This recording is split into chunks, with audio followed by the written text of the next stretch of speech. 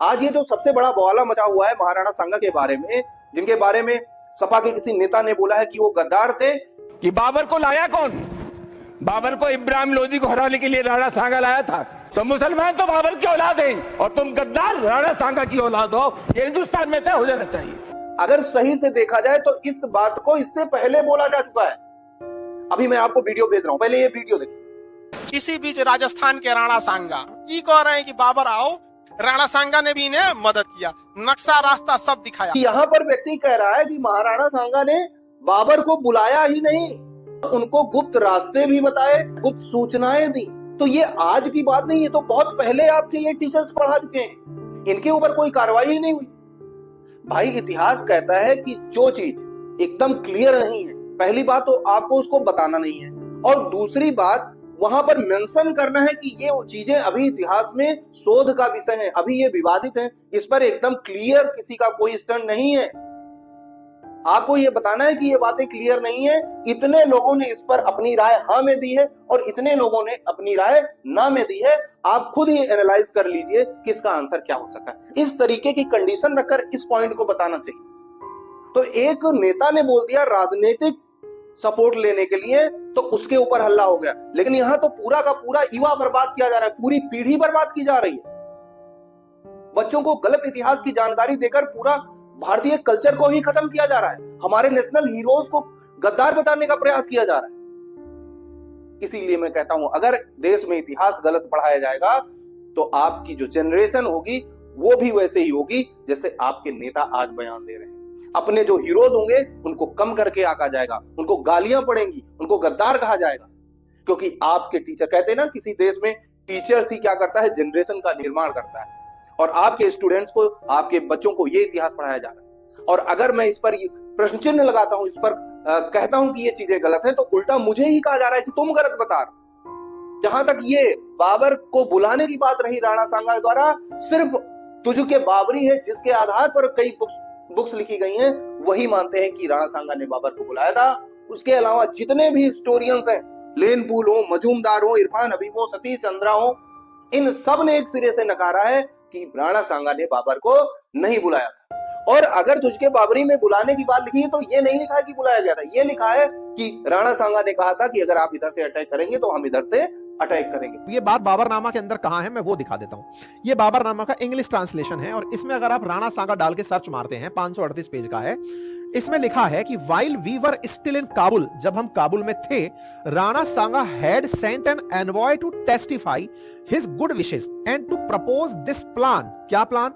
If the honored Padshah will come to near Delhi from that side, I from this will move on Agra.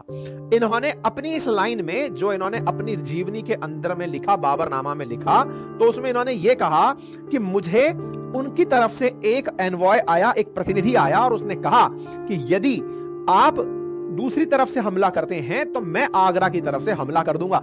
ऐसा बाबरनामा के अंदर ये बात लिखी गई है। डायरेक्ट वहां भी नहीं लिखा हुआ कि राणा सांगा ने बुलाया था। लेकिन ये आपके टीचर्स ये तो कह रहे हैं कि राणा सांगा ने बुलाया और साथ में उनको गुप्त रास्ते भी बता दिए। इसी बीच राजस्थान के राणा सांगा इन्हों को दिन खराब ये कह रहे हैं कि बाबर आओ, इसको मारो। बाबर कहा कि हमको इस एरिया का आइडिया नहीं है, हम तो पहाड़ी एरिया के रहने वाले हैं, आप कुछ हमको गुप्त इंफॉर्मेशन देंगे। राणा सांगा ने भी इन्हें मदद किया, नक्शा रास्ता सब दिखाया। सीधे सीधे कह रहे भाई, इस तरीके का इतिहास पढ़ाओगे? तो मेरा यही कहना है कि अगर आप इतिहास के बारे में जानते नहीं हैं तो उसके बारे में आप बिल्कुल भी बात ना करें। यह है इतिहास का ज्ञान। अरे हम मानते हैं कि पढ़ाने के लिए नॉलेज की जरूरत नहीं होती है, हम मानते हैं कि पढ़ाने के लिए केवल पढ़ाने का तरीका ही आना चाहिए, लेकिन इस तरह से गुमराह कर दोगे क्या बच्चों को? इस तरीके से गलत इतिहास बता दोगे क्या कि पीढ़ियां बर्बाद हो जाए? हिस्ट्री एक हिस्टोरियन का डोमेन है जो काफी सोर्सेस को छानबीन कर तब वो कुछ लिखते हैं और स्टेटमेंट देते हैं। तो यह हिस्टोरियन के हाथ में ही रहने दिया जाए। जब कोई निजी व्यक्ति इस तरह का बयान देता है तो उससे समाज में जनभावना को एक गलत दिशा मिलती है। इसीलिए कहते हैं कि एक सब्जेक्ट जो आता हो वही पढ़ाइए, जो नहीं आता है उसको मत पढ़ाइए। और एक बात मैं फिर से स्पष्ट कर रहा हूं कि महाराणा सांगा ने बाबर को नहीं बुलाया था, ये आपके अधिकतर इतिहासकार कह रहे हैं।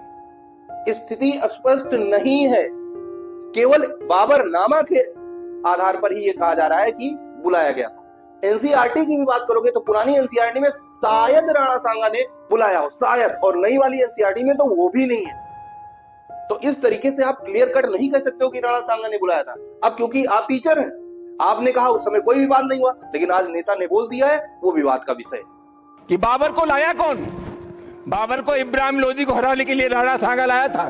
तो मुसलमान तो बाबर की औलाद हैं और तुम गद्दार राणा सांगा की औलाद हो, ये हिंदुस्तान में तय हो जाना चाहिए।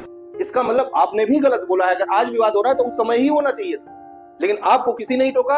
आज मैं कह रहा हूं कि आपने गलत किया है,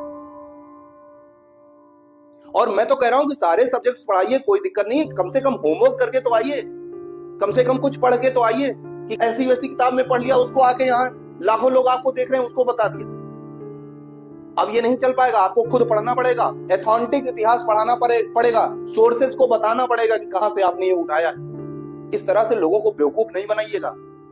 तो मेरा यही कहना है कि अगर आप इतिहास के बारे में जानते नहीं हैं तो उसके बारे में आप बिल्कुल भी बात ना करें।